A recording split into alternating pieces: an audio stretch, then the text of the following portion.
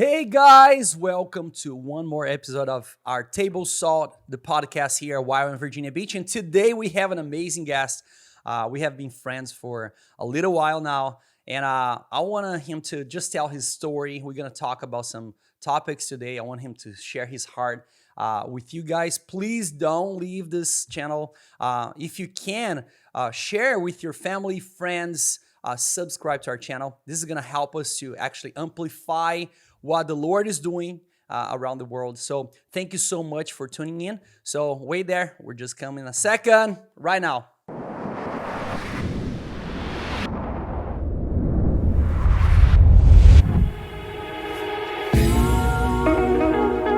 Hey guys, this is so cool. Today I have with us Troy Sherman. Bro, this is amazing because I remember in my DTS, my discipleship training school with YWAM, back in Brazil, looking at the shelf and seeing just books of about everything. And then there was a book there, I think it was in Spanish, it was not in Portuguese, maybe they have it in Portuguese now.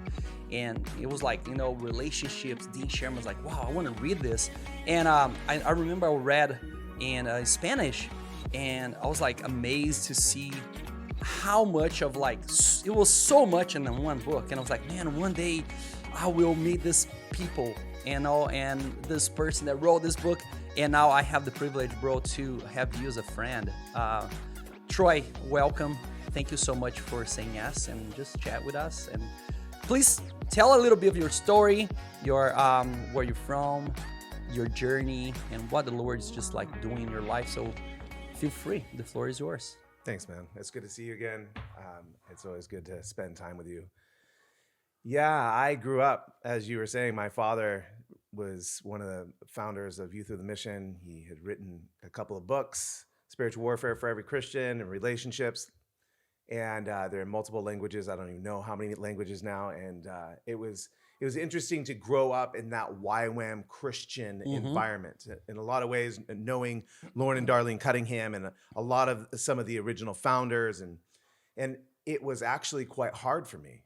It kind of set this stage, not because of anything they said or did themselves, but more just being around these incredible legends. The shadow that was kind of cast by them. Like, why would I pray for the nations right after Lauren and Darlene Cunningham prayed for the nations? I mean, Lauren has been to every nation. Who does that, right? I know.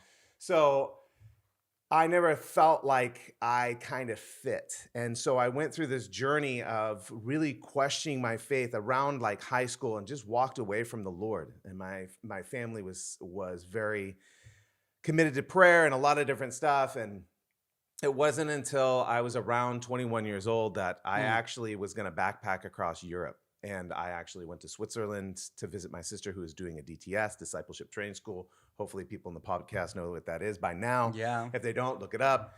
And I got caught by God.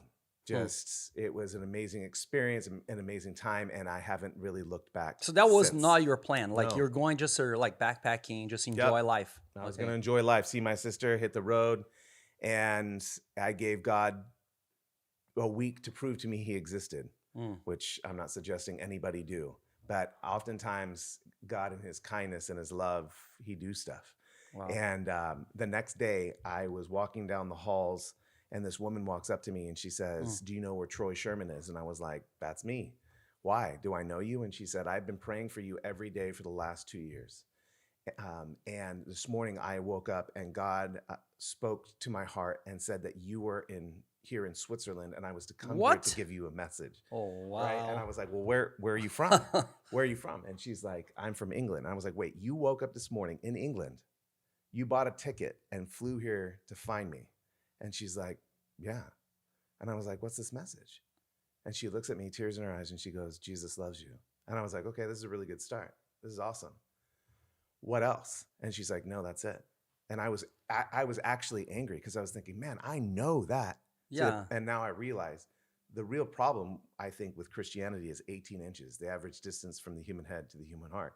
And I grew up in a Christian school, in a Christian environment, knowing this stuff, but not knowing Mm. the stuff, right? Wow. And now I realize that if the blood of Jesus is not enough to, if the blood and death of Jesus is not enough to convince us, if the love of Jesus is not enough to compel us, nothing will be. Yeah. See, it's not further information we need. I think it's a greater revelation of the things that we think that we already Amen. know, right? Yeah. So that was the beginning of the end of the old me Wow. and the kind of rebirth of me recommitting my life to the Lord. And now I've gone all over the world and doing all kinds of stuff. I'm married now.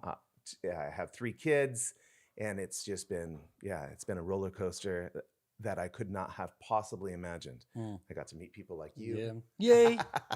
So my life has been, it's been amazing. Yeah. And you've been all over teaching in different places. How is that?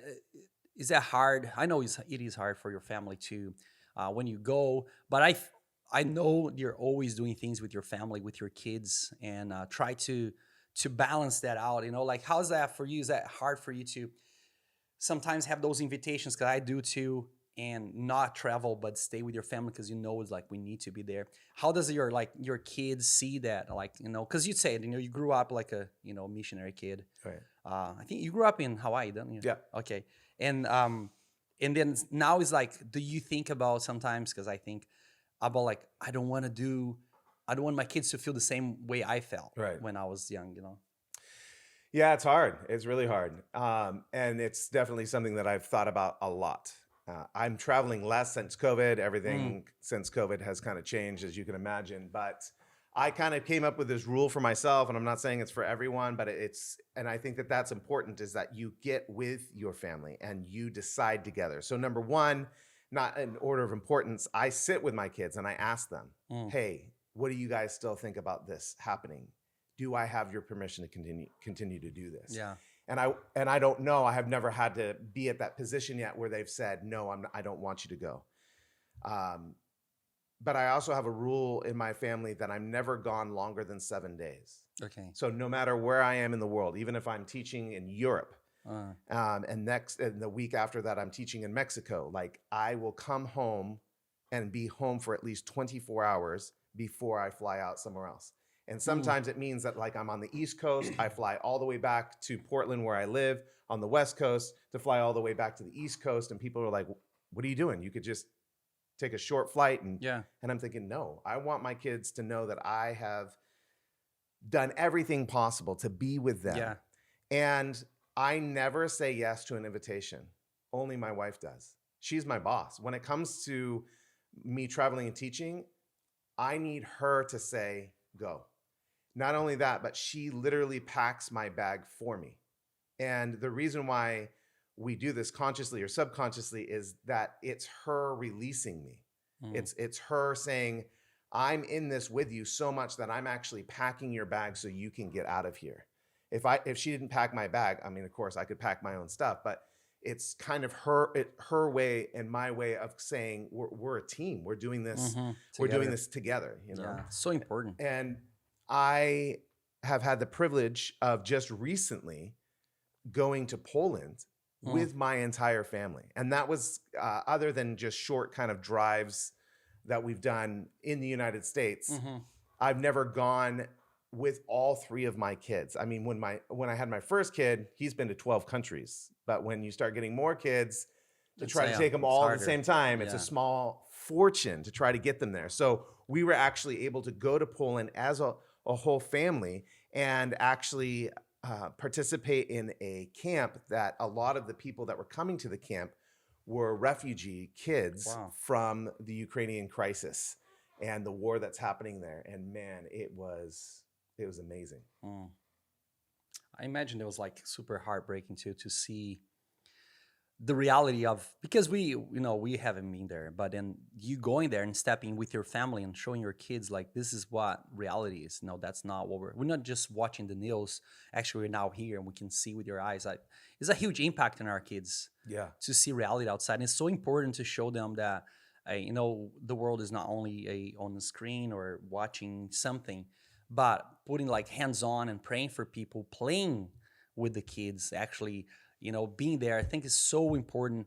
to have that experience. And I see that, my kid now, Nicholas, 14, and now he's like more and more. He's, Dad, I want to go with you wherever you Mm, go. No, um, I just came last week from a conference, and it's like, no, I want to go with you. It's that's so kind of cool. hard, even with the we think like we're gonna homeschool my kids, and they're gonna be free to do things, and it's not that easy.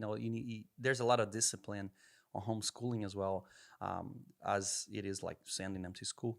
For sure, it's way better to have them home and be homeschooled. Um, Bro, yeah, tell me, like you're telling me about something. Was that something that God spoke with you when you were last in St. Croix? Was there something like that or no? It was something that the last time I was in St. Croix, I was actually with you. Yeah. It was a phenomenal time, and it was great. But coming home was awful.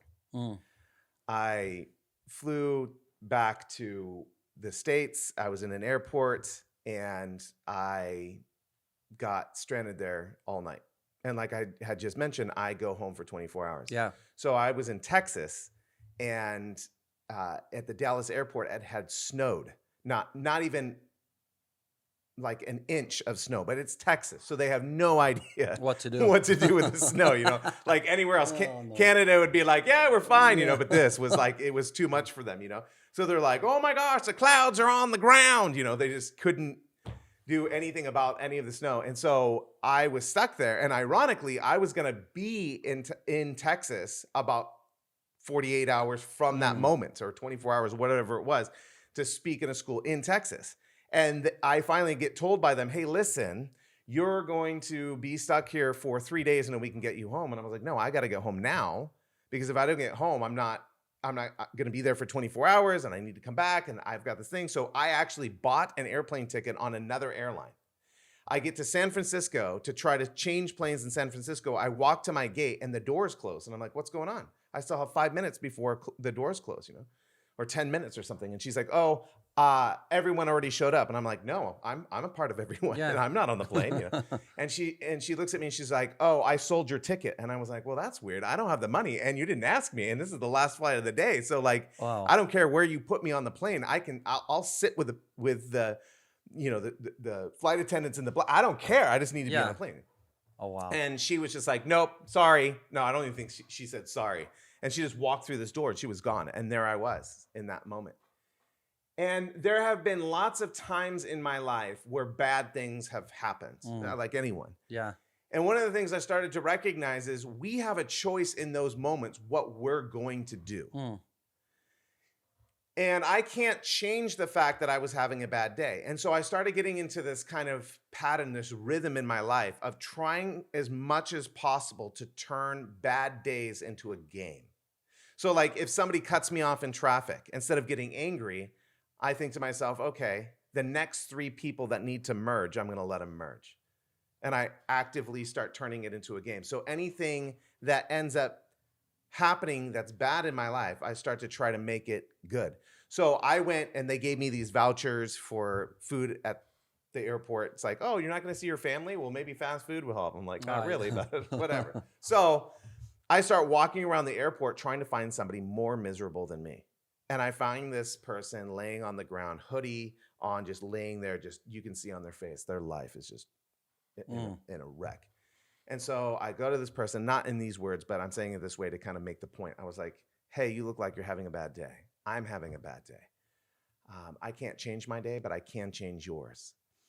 And I want you to find anything you want to eat here, and I want to buy it for you.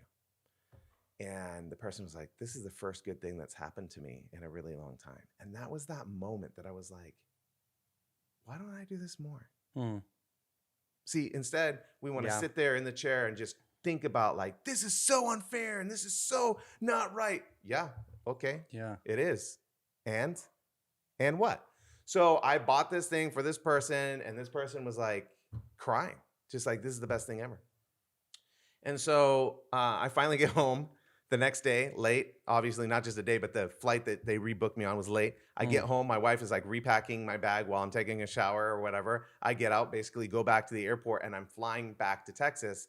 And the place that my layover is, Same thing happens. I'm overnighted. They're like, we're just not going to fly today. We've canceled the flight. And I'm like, you, what? No 2 days. way. This is after I just saw you in St. Croix for the first time. I'm right? already getting Right? like. And so I was like, all right, I can be angry at this, or I can try to do something good. And again, they gave me vouchers because who cares? Yeah. And I start walking through the airport, and I find this person in a Starbucks line. And I walk up to them, and I was like, you look like you're having a bad day. I'm having a bad day, but I can't change my day, but I can change yours. Let me buy whatever you want. I don't want anything from you. You don't have to talk to me. I just want to do something good today. So I gave the vouchers, and I went and I sat down, and I was like, oh man, God, this is rough. And all of a sudden, the broaster, that's a male barista. Just kidding. So the attendant that was there, all of a sudden is getting my attention. And I look over, and that person had paid for the next person. And then that person paid for the next person. So for the next hour and a half, everyone in that line was paying for the next person. And I was the first person to do it. I felt So really bad. create a chain. Mine was free. Yeah. Don't tell anybody. Right? I had the vouchers. Who's but paying for me whatever. now? But, and I just had this thought of like, why don't we do this more often? Like there's so many times that when I'm traveling or whatever, I can't sleep, jet lag, whatever, and I'm tossing and turning and I'm miserable. And in that moment of misery, I'm like, oh no, I can't sleep. I guess I'll just pray for the nations. And then in that moment, I just decide, instead of being miserable, why not turn that moment into something beautiful? And that choice is always in our hands. Man, I have that I think it's like a week or 2 weeks ago. It was kind of the same thing. I went to the gas station. I was like pumping, and I was like looking at the price, and I was thinking, man, gas is so expensive. In Virginia? Yeah, I know. It is $3 and something here. It is $5 and something. I'm not comparing, but it is true. It's worse. Yes. But it was, bro, it was like, I'll say like $2.10 to $5. No, last we checked, but it was high. And I was pumping, and then I felt, bro, it was like a voice came to my mind and just say, pay for for the lady, pay for her. And I was like, no way. I was like, this is way, like I'm just thinking about how expensive the gas is. And then I felt like, no, imagine if it's hard for you, it might be hard for her as well. And I saw like there were some kids in the car. So she was she was having trouble. And I know she was talking, and I was like, I came and say, hey, are you okay? And she's like, well, my car, because it's like a Sam's Club, and she's like, my membership card is not reading on the reader, and I don't know what to do. And it's like, oh, you can use my, because it doesn't matter. I saw her card, and I know she had a card, so I tried to put my card there and open up the pump and everything, and then I fell again. I was like, oh, I'm done, and then God was like, no, you're gonna pay it. Don't tell my wife. And I was like, hey, you know what? Can I fill up your tank? And then she's like, what? I was like, can I fill it up? And I put my card there and say, just go for it. Just fill it up. Yeah. And then she was like, no. You don't need to do this for me. Right. And then she was like, and I was like, no. And I'm almost done. I can hear my pump was like done. So I ran to my car and I put everything and I just left. Yeah. And then, but the first thing that came to my mind was like, imagine if she leaves that pump open and then somebody else comes and start filling up. And I was like, my card is going to go I'm done. And I was like, worry about that. But nothing happened. I checked, all good. But I was driving, and then I looked back and she was like this, smiling like this, looking up. So I don't know if she's have a moment out with the Lord or if she's just like thanking some force or whatever. Yeah.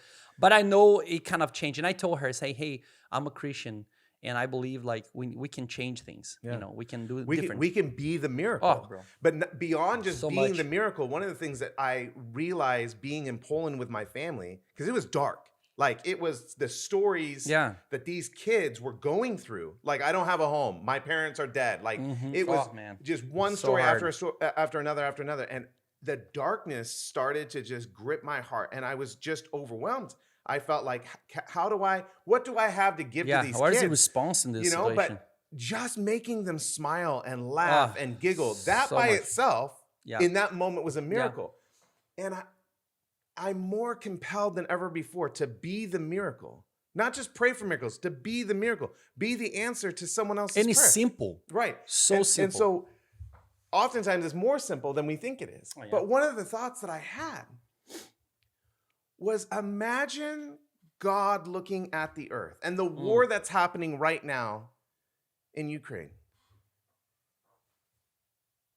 And all of the sadness that's happening there in the world. And as he's looking at all of these bad things that are happening, he's like, oh, my heart. And then he's looking over here and he's like, oh, my heart. And then he looks to this camp in Poland where the kids are laughing and all of this stuff. And God goes from my heart to my heart. Mm. And I thought, we literally have the capacity to create small moments, little places on the earth, that as God looks at all of the dark, there's one place of light. There's one place of joy. But if I'm doing it, that's one place. And if you're doing it, that's another place. Yep. And then all of a sudden, from God's perspective, it's all of this sadness, but these pockets of delight, these pockets of joy, these pockets of the hope. Miracle. Yeah.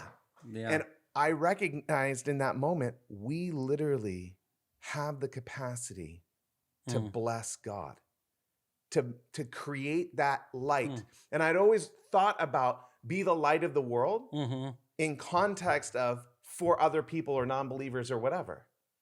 But that was the first time that I recognized maybe being the light is for God too. Yeah. That he gets to see this little light of mine, I'm going to let it shine. Yeah. Right there in that moment, as he's looking at all the sadness, there's that one piece. Wow. That's so good, bro. And I know you're going through like a crazy journey and God is just like speaking. You know, we all go through seasons in life and relationship with God and the way we see things and what we receive in that season. I think God, like, time is like amazing when we get what the Lord is saying. I know you're going through, you know, we were sharing yesterday a class of like listening God's voice, and it's so simple. We just need to pay attention and how he speaks all the time. He's just constantly talking, you know, and I feel like that's the same. It's so powerful to understand that people expect, like, you know, they're going to open the Bible or angels are going to appear or, you know, like things like that, because it is more like, oh, I wanna be impacted by something supernatural that will like really convince me that God is real. But he is. There's nothing we can do. He is real. Yeah. And he's always talking to his people. And that's like another way of just listening and be, you know, response. Yeah. You know, respond instead of like react, like you say in traffic or whatever in life. Like you're gonna be the answer. You're gonna be like causing more problem. You know. It's so interesting to me, this concept of hearing God's voice and people saying, man, if God would just tell me, like he did to Jonah, he made it pretty clear what he was supposed to do. And Jonah was like, and I'm out. And he just went in the complete opposite direction. And you start going through how many stories in scripture where God was unbelievably clear, like even audible about stuff. Yep. And the people were like, okay, cool. Yeah, no, I'm not going to do that. Yeah, let's do something else. And the human condition suggests, if I just knew God's will, then I would.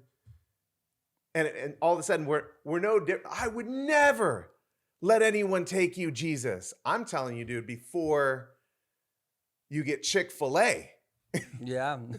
Before the rooster crows 3 times. Yeah. You are going to deny me 3 times. Oh, man. You know, and that's the reality. We think we know our heart. We don't. Yeah.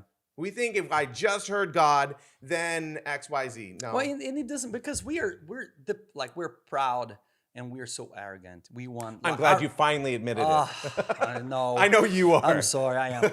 You know, but like it comes to a point that if you don't have like a teachable heart and your heart is burning before the cross every day, it's so hard. I cannot go on if I don't understand it, because it doesn't matter. God is going to ask us crazy stuff. And you're right. Like most of the time we're going to say, no, that's for somebody else. I can do this. But if we really pay attention, we do those crazy stuff with joy, knowing that the reward, it belongs to him. It's his glory, not ours. Like even if he give us the glory, we don't know what to do with it. Like that's not ours. But bro, I wanna thank you so much for just spending time. This week has just been amazing. Thank you for being part of this podcast with us. And I hope that we're gonna have more of those times together. And if you guys are just watching this podcast, please be blessed with those words. And thank you for tuning in. Don't forget to share this with a lot of people, everyone that you know, your family and friends. But they'll amplify, like I said in the beginning. So thank you so much, Troy. God bless you, bro. Love you. Love you too.